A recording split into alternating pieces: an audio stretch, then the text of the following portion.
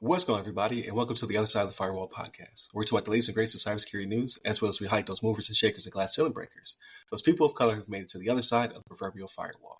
My name is Ryan Williams, and as always, I'm joined by Shan Tynes. What's up? What's up? Chris Abacon. What's going on, everybody? And Daniel Acevedo.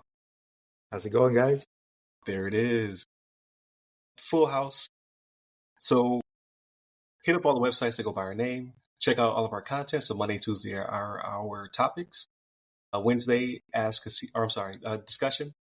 Thursday, Ask a CISSP. So that last one was with Shauna Weatherly.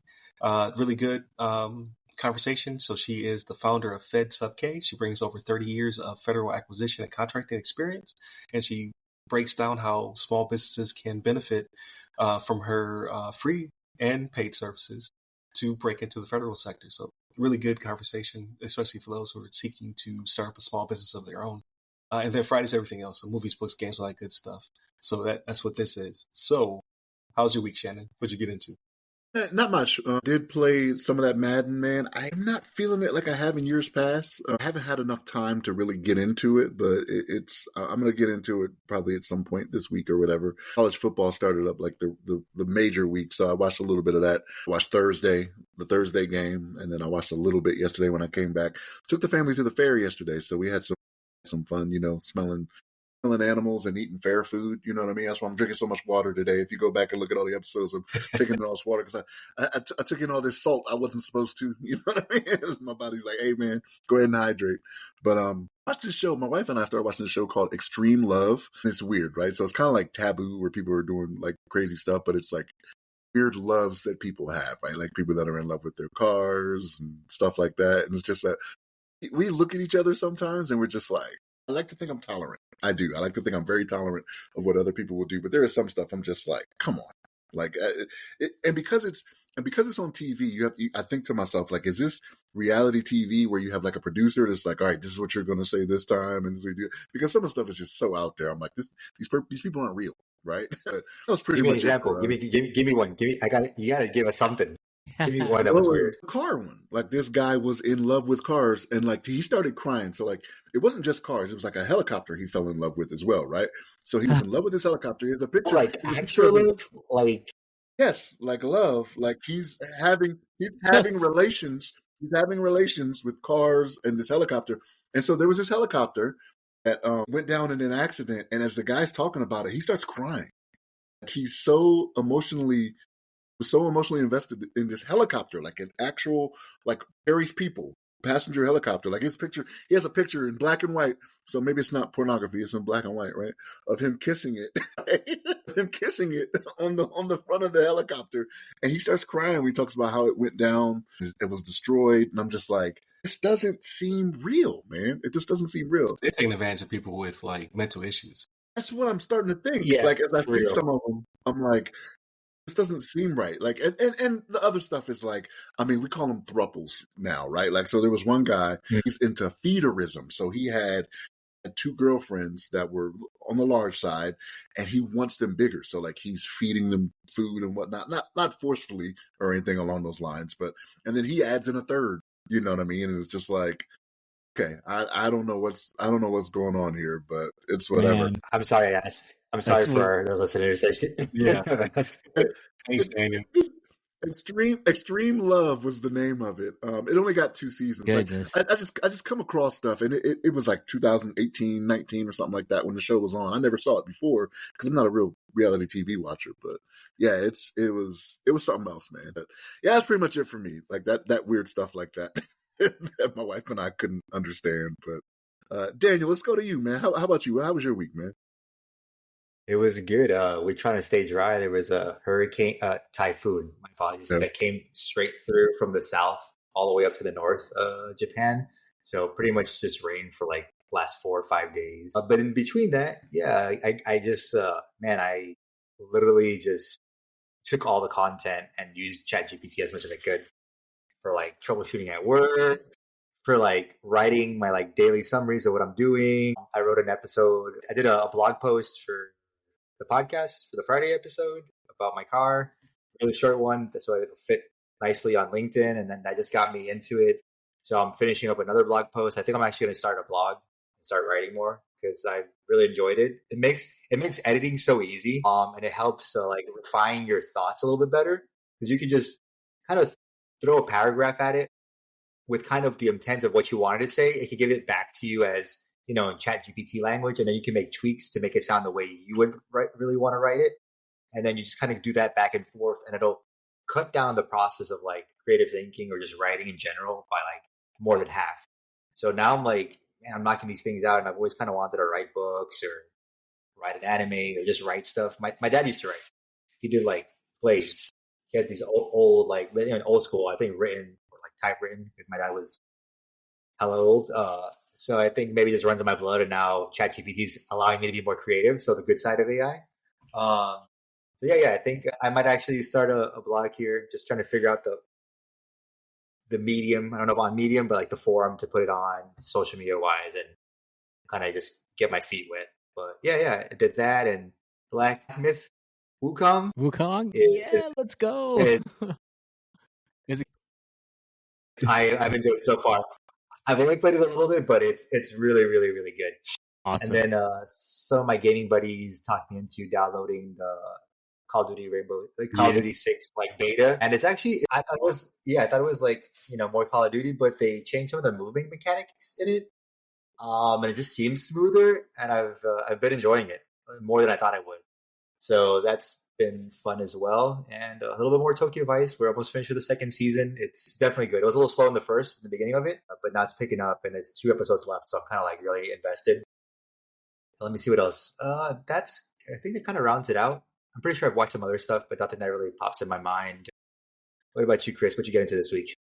Pretty light week. So we actually started rewatching the original Game of Thrones right this week, and we're 6 episodes in, and honestly, this is my first rewatch, and it's man, I forgot how good those first few seasons of Game of Thrones were, and this is awesome. It's just reliving some of the trauma, I guess.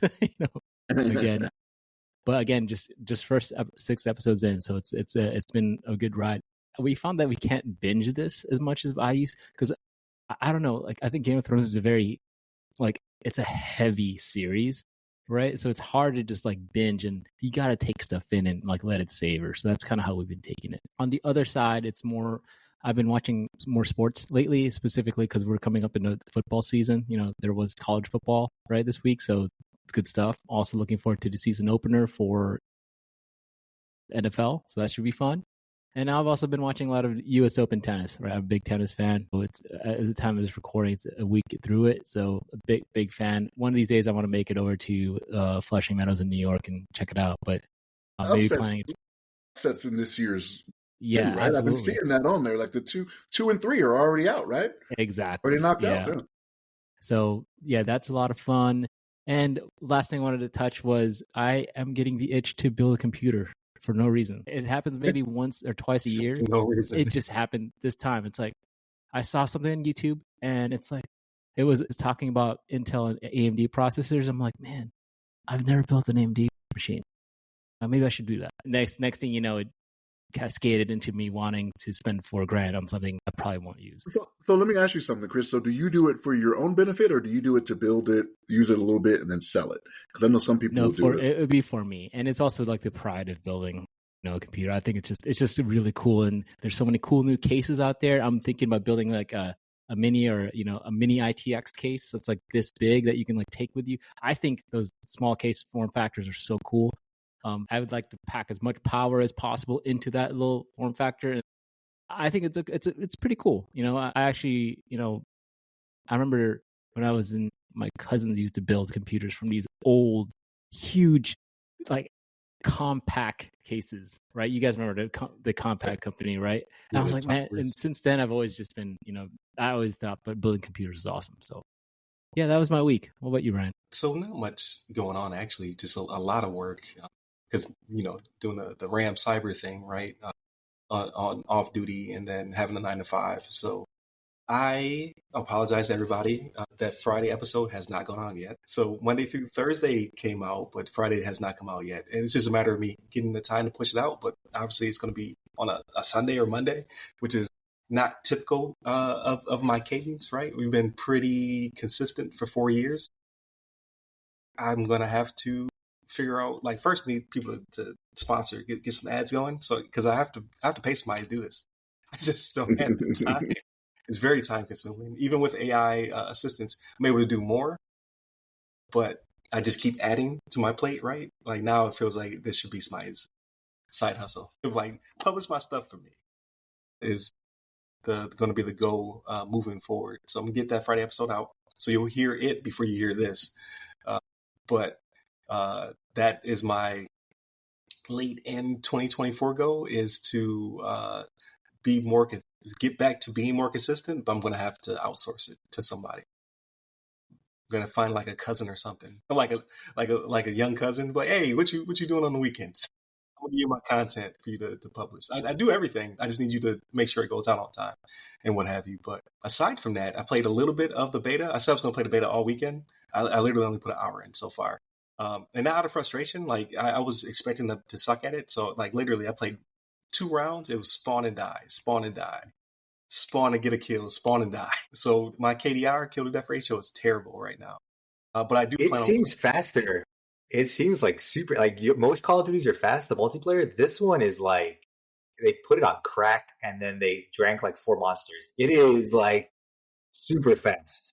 And the maps, you're playing that all on the PC, maps right, are really... Daniel? No, I'm playing on the Xbox. That's where I Xbox. got all my like multiplayer friends. But the maps are smaller too. So it is like lightning fast. It is ridiculous. It's like whoever sees first. And I want to say that whoever sees first dies, but I was getting killed. I would see the person first, and they still kill me. I'm like, yo. But it is, again, I'm getting old. My reflexes are much slower. I was never really good at Call of Duty to begin with. Yeah, me too. And the last one I played was Ghosts. So that was years ago. Everybody hated Ghosts. And that was my last Call of Duty. But I do plan on playing this one because it's going to be in Game Pass. So basically it's free to me, right? So I should jump into it. And then not a lot of media consumed. I said I was going to go see the Alien movie this weekend, during a long weekend, and I just don't have time for it. But we are going to Busch Gardens, so that'll be fun for the kids. Get them out, hop on some roller coasters and things of that nature. But that's pretty much it for me. The unofficial end of summer, right? Like, because it's Labor Day weekend, so let's go get another one in. Mm-hmm. Not for us here in Florida. It's still hot AF. Yes. That's why we're going right after we get done filming, to try to beat some of that summer heat. Yep. But yeah, that's pretty much it for me. Again, trying to be more consistent, trying to do a little bit more through the new LLC, and then try to squeeze some game time in. That'll be the goal for the rest of this weekend. At least another hour before the weekend's out, right? So I'll probably see you on there, or maybe I won't, Daniel, because we're 13 hours apart. I remember we conversed, and then I was doing work or something else, and then you came back on and it was like, good morning. And I was just like, it's the same day. So it's wild, time zone differences. But, we'll see what the future holds. I got a couple collaborations coming up, so we'll see how, based upon our locations, how we can squeeze into some of the podcast friends podcasts. So we'll do some collaborations before the end of the year and look forward to that. But hit up all the websites that go by our name. Hit me up at RY Security Guy. That's RY Security Guy, pretty much on all the platforms. And where can they find you, Chris? You can find me on LinkedIn under Chris Abacon, last name spelled A Bacon. And you, Daniel? On LinkedIn under my name, Daniel Acevedo, and maybe a future blog somewhere soon. TBD. There is. But yeah, definitely check out the content he did share. I'll make sure I put it on the page, so you'll see that as well with the front content. But yeah, everybody enjoy the end of your summer, beginning of your fall, and just do something. Like, regardless if it's something by yourself or with somebody else, just carve out some time, because it's about to get real busy with the holidays. So stay safe, stay secure.